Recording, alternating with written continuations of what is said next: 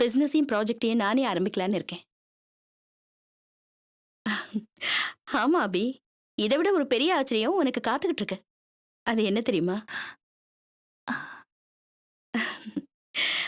அது சம்பந்தமான எல்லா பொறுப்பையும் உன்கிட்ட தான் ஒப்படைக்க போறேன்.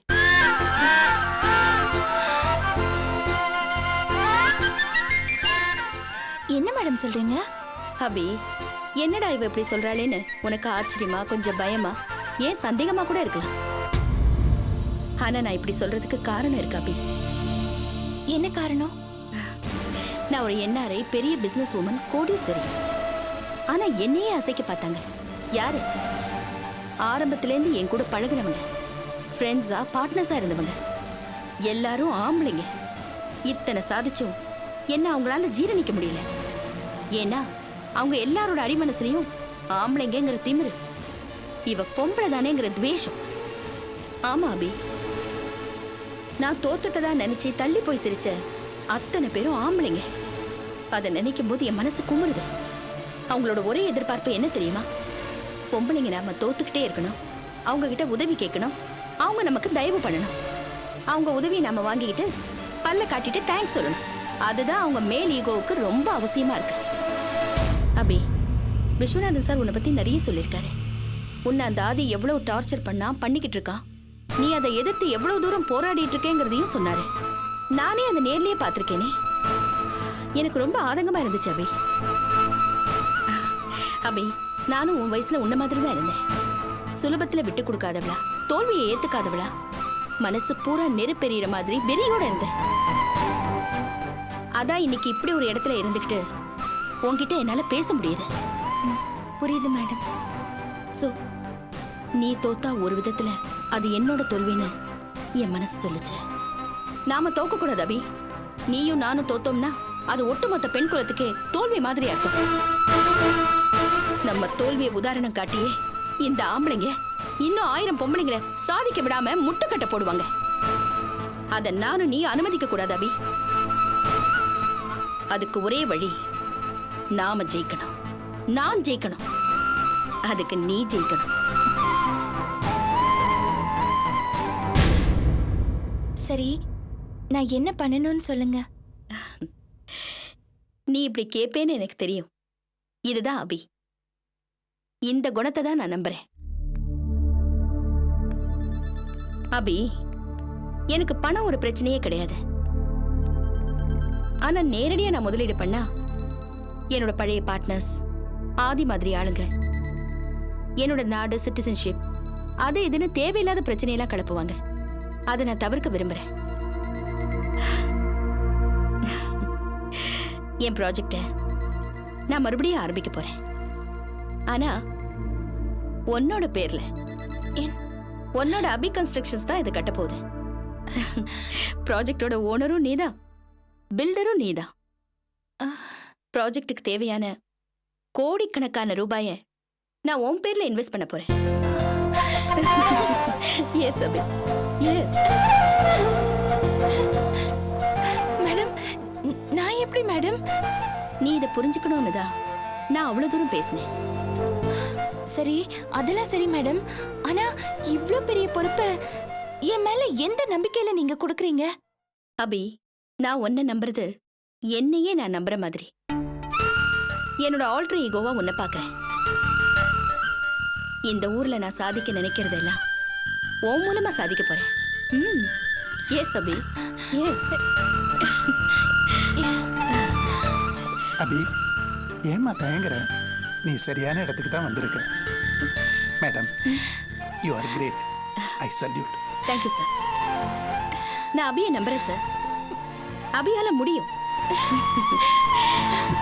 அபி, இன்னையிலேருந்து நீ ஒரு கோடீஸ்வரி. அபி, இது ஒரு தொடக்கம் தான். நீ மேல மேல போயிட்டே இருக்க போற.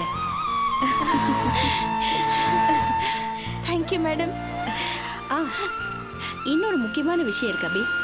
என் கூட வா. வா, please come.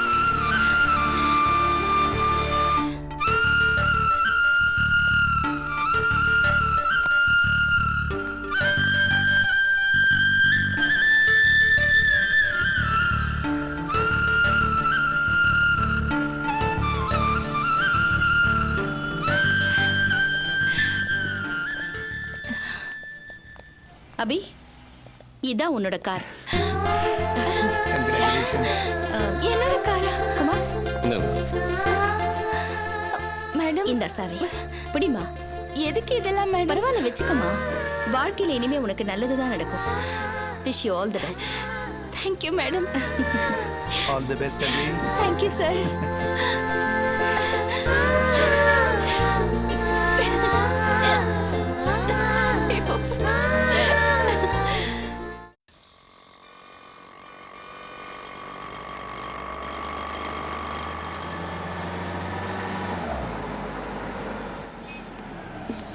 Egmore, sorry madam, நான் உங்களுக்காக நிறுத்தல. பிணிய நிறுத்தின. நம்ம கவர்னர் எதுவும் டாக்ஸி வர சொன்னாரா? அது இல்ல மேடம், அந்த சார் தான் முதல்ல கை காட்டினாரு. நான் நிறுத்தினதும் நீங்க நடுவுல வந்துட்டீங்க. எந்த சார்? யார் அந்த முந்திரிக்கோட்டை? அட, நீங்க தானா? நான் அதைத்தான் வேற விதமா கேட்கணும்னு நினைச்சேன். மறுபடியும் நீங்க தானே? சார் எங்க சார் போகணும்? சார் நான் மவுண்ட் ரோடு போகணும் சார். நீங்க எங்க போகணும்? நானும் மவுண்ட் ரோடு தான் போகணும். நம்ம 2 பேரும் ஷேர் பண்ணிக்கலாமா? சரி வாங்க சார், போலாம். போலாம் சார்.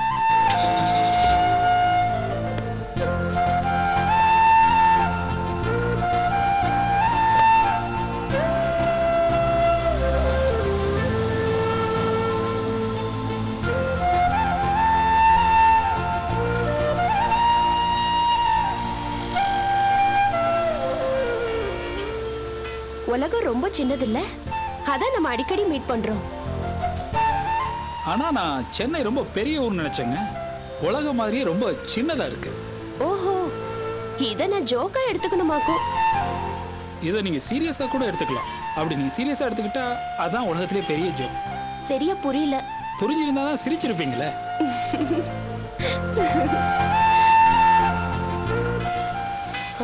எப்பவும் தெருவுல தான் சுத்துறதா?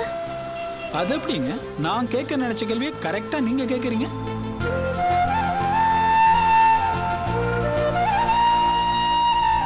தர்மம் பண்ணுங்கய்யா. ஐயா, குழந்தை சாப்பிட்டு 2 நாள் ஆகுதுயா. ஐயா ஐயா ஐயா, பசிக்குதியா ஐயா? ஏதாவது போடுங்கய்யா. ஐயா, சாமி சாமி சாமி, தர்மம் போடுங்க சாமி. சாமி, ஐயா ஐயா, தர்மம் பண்ணுங்கய்யா. குழந்தை சாப்பிட்டு 2 நாள் ஆகுதுயா. பால் ஒரு வாங்குங்கய்யா. நிமிஷமா. நோ, போடாதீங்க. ஏன்? Don't encourage them. போட வேண்டாம். பாவம், 50 பைசா கொடுக்கறதுல என்ன இருக்கு? போமா, போன்னு சொல்றேன்ல. சாமி சாமி, தர்மம் பண்ணுங்க சாமி.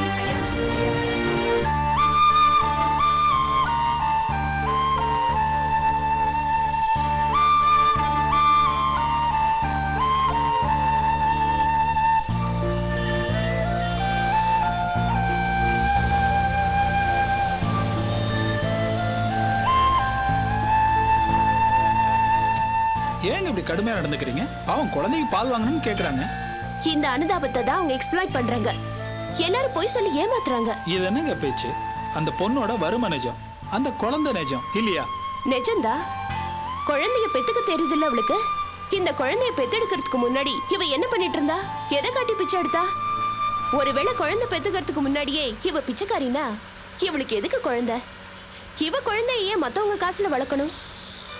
அந்த குழந்தையும் இன்னொரு பிச்சைக்காரனா வளர்க்கறதுக்கு தான் நீங்க கொடுக்கற காசு உதவுது. புரியுதா?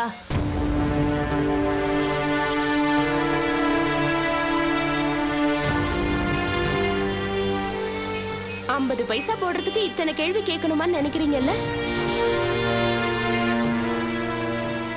இத்தனை கேள்விகள் நமக்குள்ள கேட்டுக்கிட்டாதான் நம்ம பண்றது தர்மம் இல்ல தப்புன்னு புரியும். நாட்டுல பிச்சைக்காரங்க எண்ணிக்கை அதிகமாகணும்னு நீங்க ஆசைப்படுறீங்களா? நிச்சயமா இல்ல. அப்ப காசு போடாதீங்க. காசு கிடைக்காட்டி அவங்க எல்லாம் உழைக்க ரெடி ஆயிடுவாங்க. சரி, உழைக்கிறதுக்கு பதிலா ஒருவேளை திருட ஆரம்பிச்சிட்டா? No problem. பிச்சை எடுக்கிறத விட அது பெட்டர். ஏன்னா திருட்டுக்கு உழைப்பு வேணும், யோசிக்கணும். ஒருவேளை திருட்டுல மாட்டினா ஜெயிலுக்கு போவாங்க. அங்க போயாச்சும் வேலை செய்வாங்கல்ல. என்ன அமைதியாயிட்டீங்க? பின்ன உங்ககிட்ட பேச முடியுமா? சொல்லுங்க.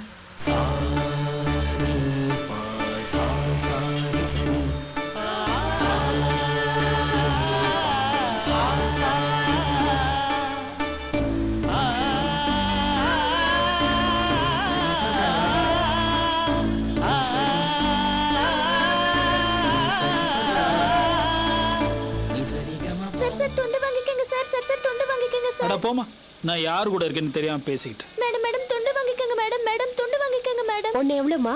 5 ரூபாய். ஒன்னு கொடு. இந்தா. சாரி மேடம், என்கிட்ட சில்லறை இல்ல. என்கிட்டயும் இல்லையே. 50 ரூபாய்க்கு கொடு. ம் சரி. Thanks madam. Thanks madam.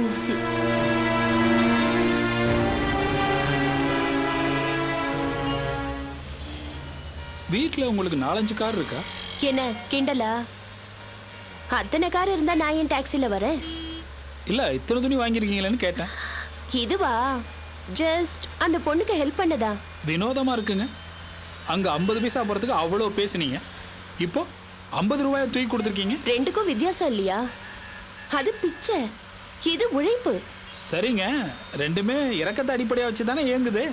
அப்படி பார்க்க போனா லைஃப்ல எல்லாருக்குமே பணம் சம்பாதிக்கிறது தான் அடிப்படை எய்ம். ஆனா ரூட்டு தான் வேற வேற. அந்த பிச்சை எடுத்த பொம்பளையோட ரூட் எனக்கு பிடிக்கல, இந்த பொண்ணோட ரூட் எனக்கு பிடிச்சிருக்கு. அதைத்தான் சரின்னு நான் ஏத்துக்குவேன்.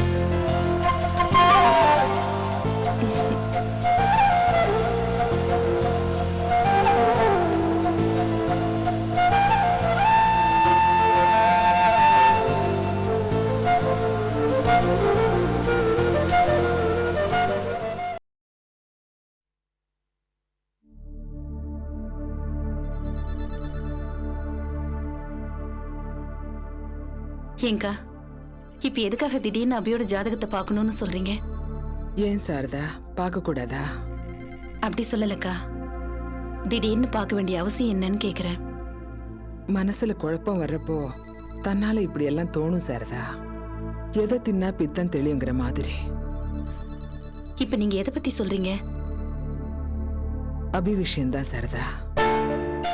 அந்த மகேஷ பார்த்தா ரொம்ப நல்ல பையனா தெரியுது. பசங்களும் அந்த பையன் மேல நல்ல விதமான அபிப்பிராயத்தோட இருக்காங்க. ஆனா அபிதான் வேண்டான்னு பிடிவாதம் பிடிக்கிறா. எனக்கு அபிய வற்புறுத்துறதா வேண்டாமான்னு தெரியல. இது சரியா தப்பான்னு புரியல. என்னதான் யோசிச்சாலும் குழப்பமாவே இருக்கு. சரி, ஜாதகத்தையாவது பாப்போமேன்னு தோணுச்சு, அதான். எனக்கு சந்தேகமே இல்லக்கா, மகேஷ் நல்ல பையன்தான். ஜாதகம் கூட மகேஷ் நல்ல பையன், அபிக்கு பேசி முடிங்கன்னு தான் சொல்ல போகுது. வாங்கம்மா. வணக்கம். வணக்கங்க. என்ன விஷயமா வந்திருக்கீங்க? அது இது என் பொண்ணு அபியோட ஜாதகம். ஓஹோ. மகேஷ்னு ஒரு பையன் டாக்டரா இருக்கான்.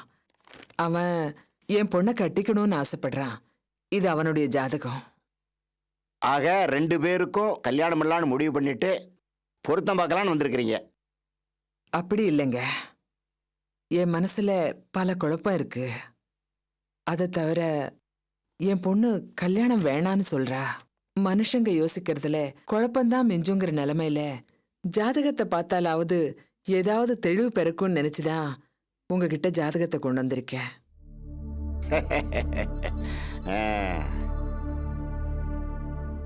என்ன சிரிக்கிறீங்க? நீங்க சொன்னது பாதிதான் சரி. ஜோசியம் பார்த்தா மனசுல ஒரு நம்பிக்கை வரும், சிலருக்கு மனசுல ஒரு தெளிவு கிடைக்கும். ஆனா இதே ஜோசியம் சில பேரை குழப்பி விட்டுரும். என்ன இப்படி சொல்றீங்க? நான் வாய்ஜாலம் பண்ற ஆள் இல்லம்மா. மனசுல பட்டதை அப்படியே சொல்றேன். என் மனசுல பட்டது சொன்னேன்.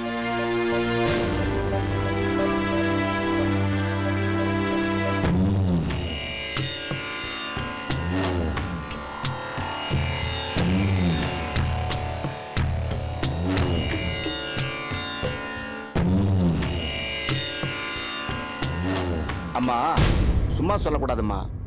இந்த பையன் மகேஷ் ஜாதகமும் சரி, இந்த அபிநயா ஜாதகமும் சரி, ரொம்ப சுத்தமான ஜாதகம்.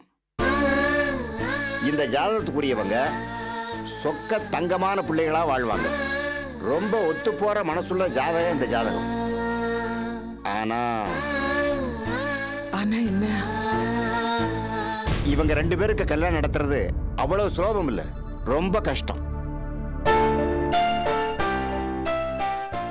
ஏன் இப்படி சொல்றீங்க? ஆமாம்மா, எப்பவுமே நல்ல விஷயங்கள்லாம் சுலபமா நடக்காது.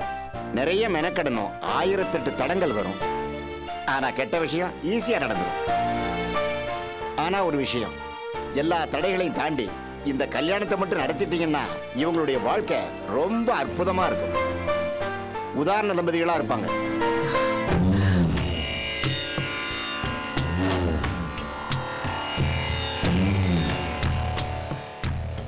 இது யார் ஜாதக குறிப்பு?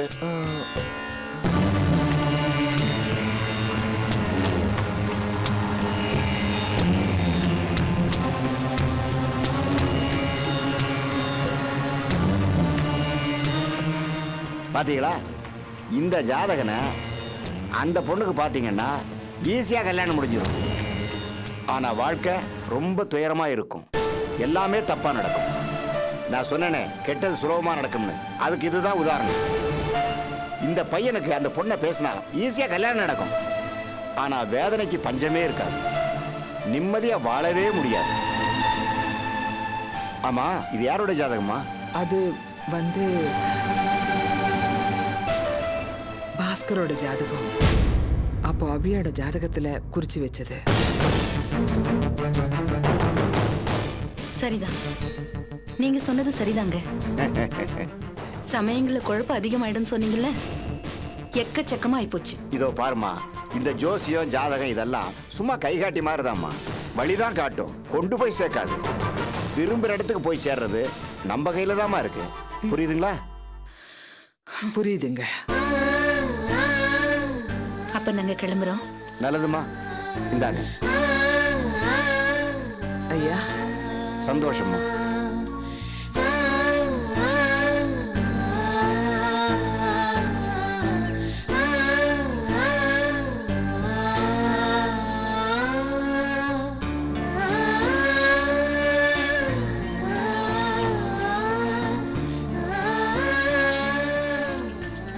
ஜோசியர் சொன்னதை கேட்டீங்கல்லக்கா? நல்லா யோசிச்சு முடிவெடுங்க. நான் போய் ஆட்டோ கூட்டிட்டு வந்துடுறேன்.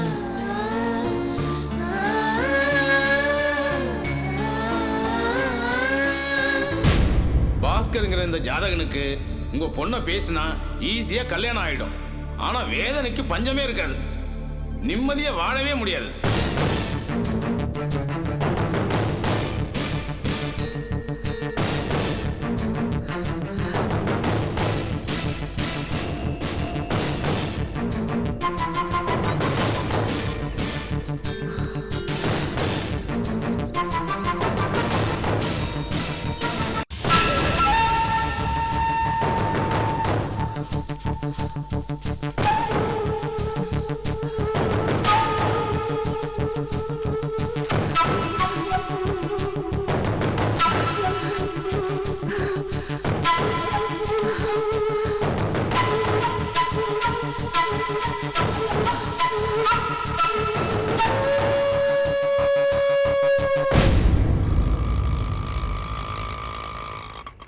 நிறுத்துங்க.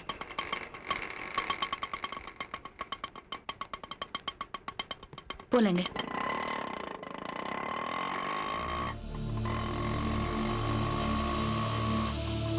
என்னக்கா இன்னுமா யோசிக்கிறீங்க? இல்ல சாரதா, நான் முடிவு பண்ணிட்டேன். என்ன முடிவு பண்ணிருக்கீங்க? மகேஷ் அபி கல்யாணத்தை நடத்திடலாம். என்ன கஷ்டம் வந்தாலும் சரி, அவங்க கல்யாணம் நடந்தாகணும்.